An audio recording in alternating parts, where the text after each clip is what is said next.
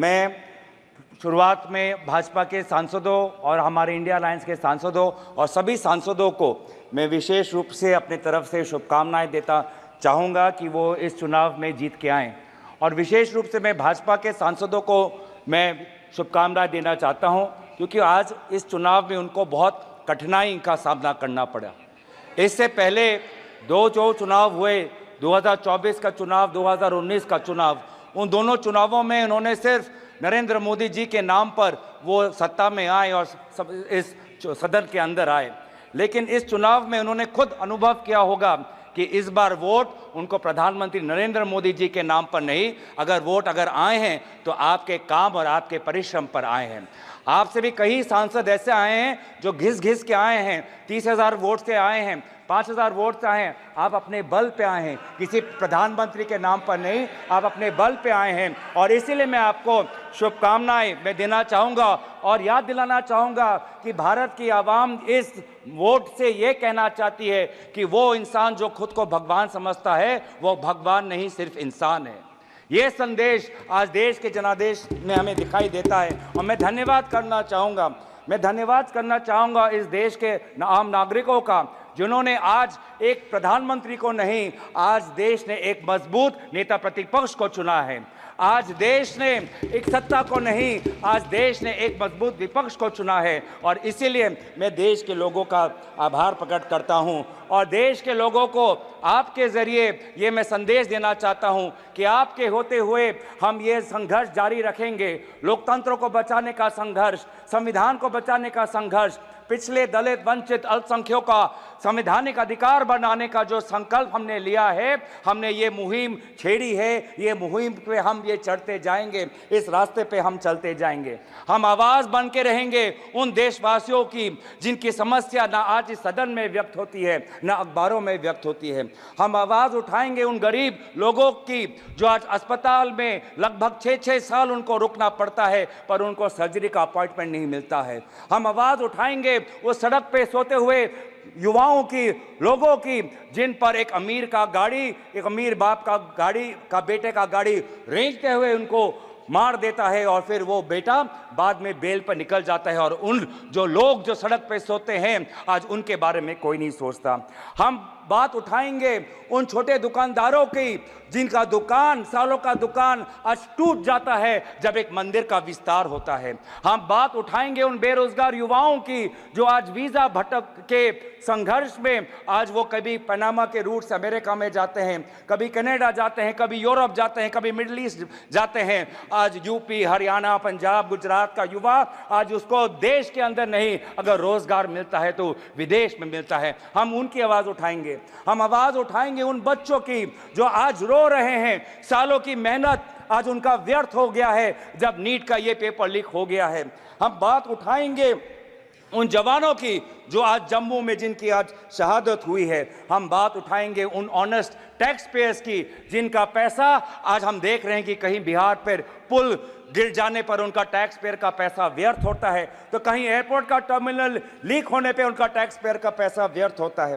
पर हमें यह भी पता है कि प्रधानमंत्री मोदी जी अपना रवैया नहीं बदलेंगे। प्रधानमंत्री मोदी जी के पास दो ही अस्त्र है, एक भय है और भ्रम है। भय वो दिखाते हैं इनकम टैक्स, ईडी और सीबीआई के साथ, लेकिन देशवासियों ने इस बार कह दिया है कि हम इनकम टैक्स, ईडी और सीबीआई से डरते नहीं हैं। और दूसरा जो उनका अस्त्र है वो भ्रम का, वो हमने प्रचार में भी देखा। बांसवाड़ा में उन्होंने क्या कहा, बांसकाठा में उन्होंने क्या कहा, और जिस प्रकार से प्रधानमंत्री मोदी जी के भ्रम को देशवासियों ने लोकसभा चुनाव में नकारा, उसी तरीके से आज भी आप राहुल गांधी जी के भाषण पर जो भ्रम फैलाने का कोशिश कर रहे हैं, उस कोशिश को भी देशवासी नकारेंगे। इसीलिए मैं देशवासियों के प्रति मैं आभार प्रकट करता हूं, क्योंकि देश बदल चुका है, सदन बदल चुका है। आज आप देख रहे हैं कि जब विपक्ष अपनी बात उठता है तो प्रधानमंत्री को भी, कैबिनेट को भी अध्यक्ष महोदय से संरक्षण मांगना होता है।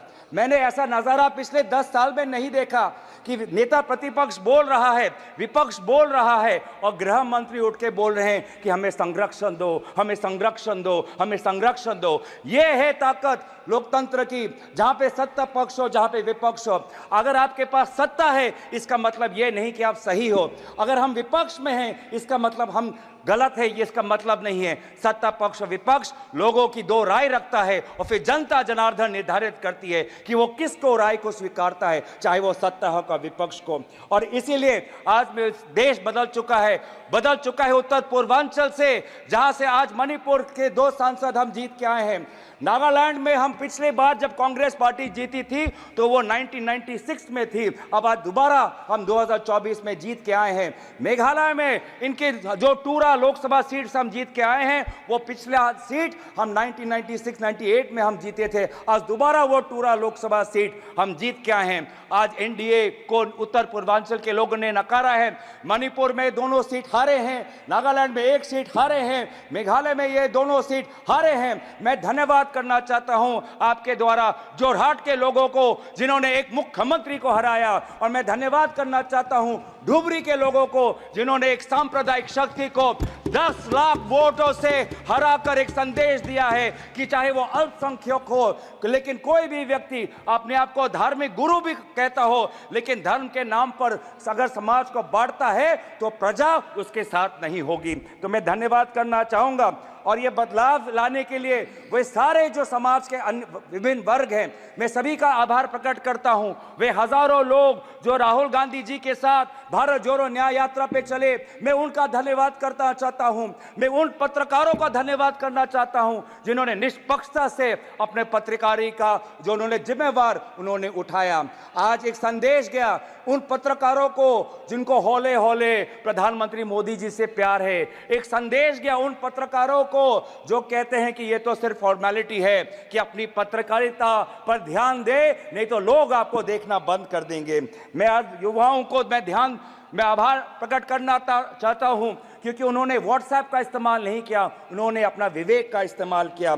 मैं उन सनातन धर्मों को मानने वाले लोगों का मैं आभार प्रकट करता हूं जिन्होंने आज नफरत और हिंसा पर नहीं, लेकिन धर्म जो हमें सिखाता है इंसानियत, चाहे हिंदू हो, चाहे मुस्लिम हो, चाहे ईसाई हो, चाहे सिख हो, धर्म हमें सिखाता है कि हम एक अच्छा इंसान बने। इंसानियत के आदर्शों को हमें सिखाता है, समाज एक आदर्श बने वो हमें सिखाता है। मैं गुजारिश करना चाहता हूं आपके द्वारा, मैं अंत में आ रहा हूं सर, लास्ट के मैं 2-3 चीजें बोलना चाहता हूं। मैं आपके द्वारा मैं गुजारिश करना चाहता हूं कि आप बार बार बात करते हैं कि हमने एक नया सदन बनाया, लेकिन क्या ये उचित नहीं होता कि चाहे पुराना सदन हो चाहे नया सदन हो, इन दोनों सदनों के सामने डॉक्टर भीमराव अंबेडकर की मूर्ति हमारे सदन के सामने होनी चाहिए थी? क्या ये उचित नहीं था? क्या यह उचित नहीं था कि चाहे नया सदन हो? ये स्पीकर का प्रीमाइसेज होता है। मैं गुजारिश कर रहा हूं, मैं आपसे गुजारिश कर रहा हूं, मैं अपनी व्यथा गुजारिश कर रहा हूं। मैं स्पीकर महोदय को आपके द्वारा गुजारिश कर रहा हूं कि पहले के तरह सदन के सामने आदरणीय राष्ट्रपिता महात्मा गांधी जी के मूर्ति को रखिए और पहले के तरह डॉक्टर भीमराव अंबेडकर के मूर्ति को मैं गुजारिश कर रहा हूं। मैं स्पीकर के निर्णय का सम्मान करते हुए उनके मैं गुजारिश कर रहा हूं कि हमारी भी बात सुने, हमारी भी जो मैं चेयर पे हूं तो अगर आपने स्पीकर से गुजारिश की तो सुन लीजिए। आपने कहा कि बाबा भीमराव अंबेडकर की एक मूर्ति यहाँ जो स्थापित होनी चाहिए। आपको भी निमंत्रण गया होगा। इस पार्लियामेंट में पहली बार सारे महापुरुषों का, बाबा भीमराव अंबेडकर से लेकर के महाराणा प्रताप से लेकर के एक बड़ी वीथिका बनाई गई है उसी संविधान भवन के साथ, और जिसका उद्घाटन हुआ पिछले दिनों। शायद आप जाएंगे तो आपको लगेगा कि एक पार्लियामेंट के अंदर एक ऐसी चीज़ हो गई कि कोई भी बाहर का डेलीगेशंस या हमारे खुद मेंबर ऑफ पार्लियामेंट या बाहर के लोग आएंगे तो उनको इस संविधान भवन, इस पार्लियामेंट के साथ साथ अपने देश के महापुरुषों को एक साथ सारी प्रतिमाओं को ढंग से रख करके पार्क बनाया गया है। धन्यवाद। अध्यक्ष सभापति महोदय, मैं बस गुजारिश कर रहा हूं आप हमारी भी बात रखने, आप सुनिए कि सदन के सामने अगर प्रेरणा स्थल बनाना भी हो तो सदन के सामने जहां पे उनका स्थान है, जहां पे उनके इतने सालों से जब डॉक्टर भीमराव अंबेडकर के मूर्ति को स्थापन करने के लिए एक पूरे देश में एक आंदोलन हुआ था, उस स्थान को एक वजह के से चुना गया था कि वो सदन के सामने हो। क्या ये उचित नहीं है? क्या ये हमारे गरिमा के अनुसार नहीं होना चाहिए कि सदन के सामने जिस हमारे भारतीय संविधान के निर्माता डॉक्टर भीमराव अंबेडकर और महात्मा गांधी जी हमारे सदन के सामने हो? तो मैं दोबारा आपसे गुजारिश करता हूं, हाथ जोड़ के मैं विनम्र आपसे अनुरोध करता हूं कि आप ये दोनों महापुरुषों के मूर्तियों को आप सदन में रखें और अंत में समाप्त करें। अंत में अगर समाप्त करें, अंत में मैं बस आ रहा हूं, अंत में जो हमने एक मांग रखी कि नीट को लेके एक चर्चा हो, शिक्षा विभाग को लेके आज एक बहुत एक असमंजस नेता प्रतिपक्ष ने नीट पर लेके एक चर्चा हो, उस चर्चे पे एक आप अमल करें। और बस आखिरी मांग कि आज जो आदरणीय शिक्षा मंत्री है उन्होंने अपनी जिम्मेवारी 2021 में ली, 2021 में अपनी जिम्मेवारी लेने के पश्चात आज इतने सारे पेपर लीक हुए, उनको शिक्षा मंत्री एक और दिन होने का श्री इंदिरा आपने